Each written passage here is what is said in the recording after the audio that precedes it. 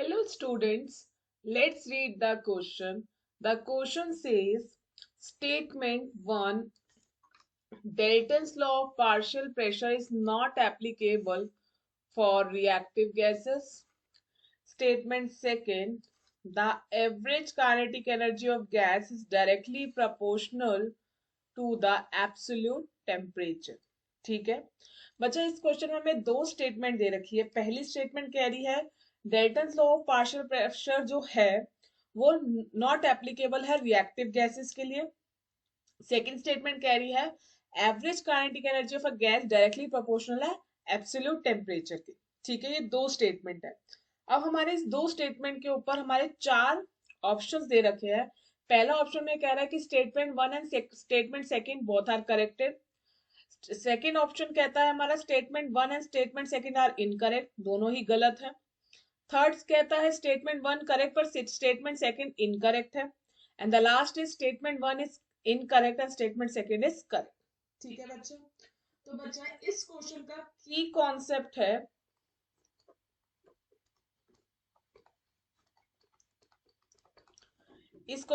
Concept है Dalton's law. ठीक है बच्चा, अब इस क्वेश्चन को हम जरा समझते हैं कि कैसे इसको सॉल्व करना है, कौन सा इसका ऑप्शन सही रहेगा। एक्सप्लेनेशन। बच्चा पहले हम समझ लेते हैं कि क्या है डेल्टन्स लॉ। तो Dalton's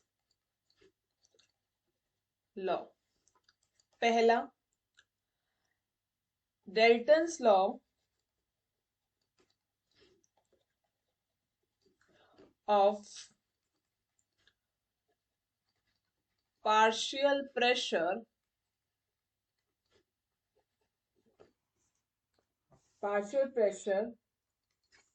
states that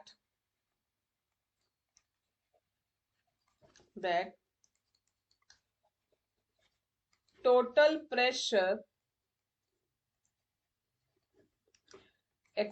exerted by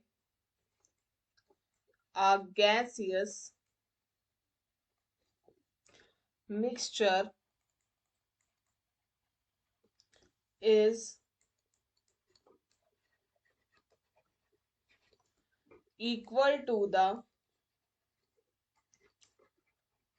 sum of partial pressure of each component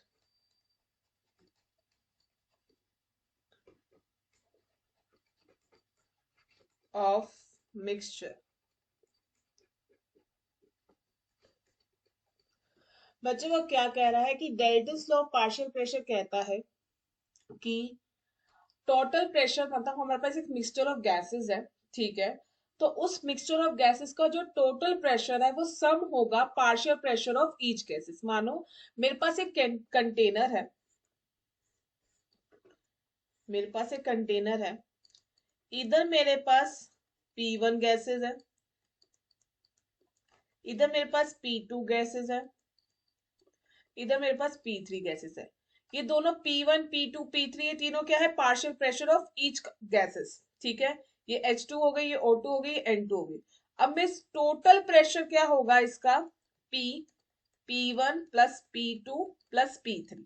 ठीक है, मीन्स टोटल प्रेशर क्या है इसका ईच कंपोनेंट मतलब each partial pressure of a gas, the sum of each partial pressure of gas equal to the total pressure that is stated by the Dalton's law।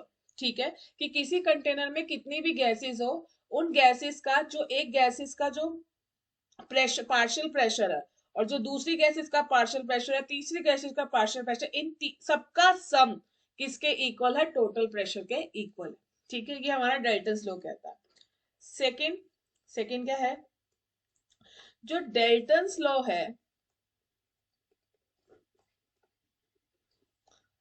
is not applicable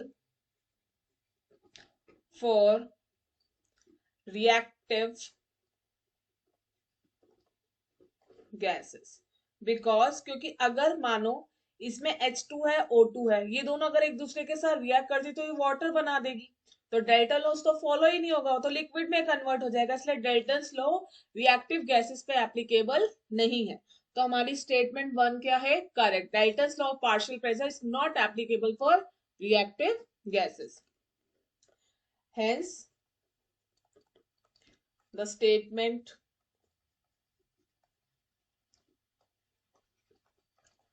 first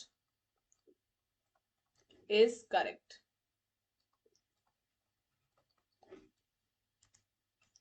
ठीक है बच्चा, अब हम statement second की बात करें।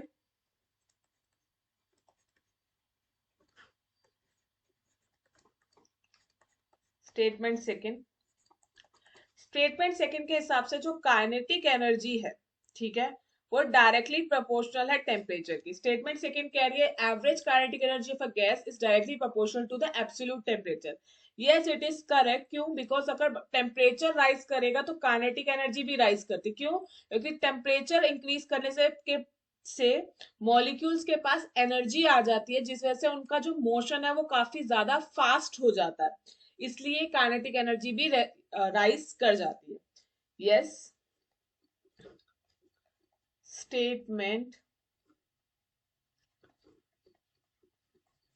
Second is correct. ठीक है, तो बच्चा हमारा कौन सा ऑप्शन सही रहेगा? हमारा A option is a correct.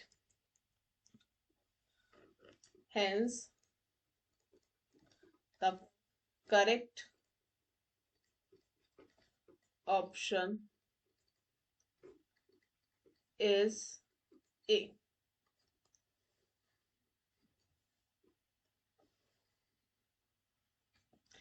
I hope you understand. Best of luck.